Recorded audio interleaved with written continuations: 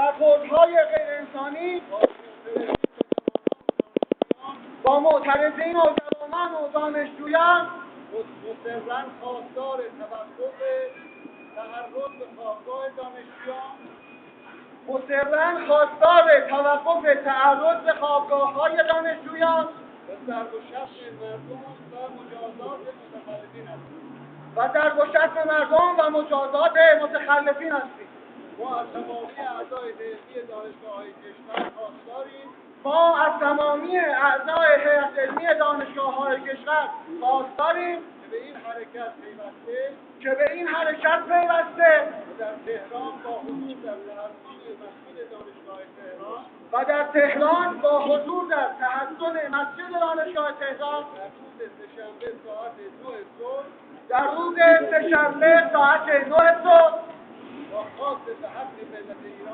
با خواست به حق ملت ایران در انتخابات همگام شوند. همگام شوند.